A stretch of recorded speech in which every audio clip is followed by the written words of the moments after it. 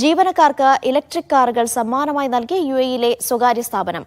മലയാളി ഉടമസ്ഥതയിൽ പ്രവർത്തിക്കുന്ന അന്താരാഷ്ട്ര കമ്പനിയായ സേഫ് ലൈൻ ഗ്രൂപ്പാണ് ജീവനക്കാരെ വിലയേറിയ കാർ സമ്മാനമായി നൽകി ഞെട്ടിച്ചത്. 100 ജീവനക്കാർക്കാണ് കമ്പനി ഇലക്ട്രിക് കാറുകൾ നൽകുന്നത്. ആദ്യഘട്ടത്തിൽ ദുബൈയിലും അബുദാബിയിലുമായി 16 കാറുകൾ കൈമാറി. വരും ദിവസങ്ങളിൽ ബാക്കിയുള്ളവർക്ക് കൂടി കാറുകൾ കൈമാറും. ഇലക്ട്രിക്കൽ ട്രേഡിംഗ് മേഖലയിൽ ഗൾഫ് മേഖലയിലെ മുൻനിര സ്ഥാപനമാണ് സേഫ് ലൈൻ. കാസർഗോഡ് സ്വദേശിയായ ഡോക്ടർ അബൂബക്കർ കുറ്റിക്കോലാണ് സ്ഥാപനത്തിന്റെ ഉടമ. കമ്പനിയുടെ വളർച്ചയ്ക്ക് കരുത്തുപകരുന്ന സഹപ്രവർത്തകരെ ചേർത്ത് നിർത്താൻ കൂടി ലക്ഷ്യമിട്ടാണ് ഈ സമ്മാനം.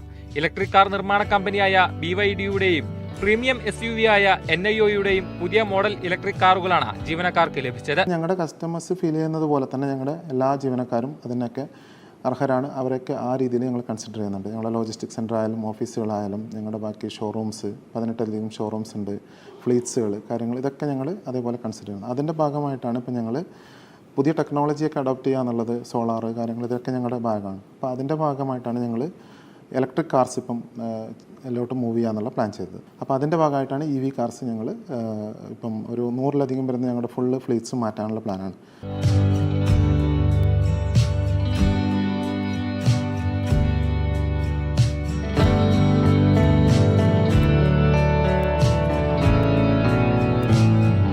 പരിസ്ഥിതി സൗഹൃദ വാഹനങ്ങൾ പ്രോത്സാഹിപ്പിക്കാനുള്ള UAE-യുടെ പദ്ധതിക്ക് കരുത്തുപകരാനാണ് സമ്മാനമായി ഇലക്ട്രിക് കാറുകൾ നൽകിയതെന്ന് ഡോക്ടർ അബൂബക്കർ പറഞ്ഞു. Media 1 Dubai.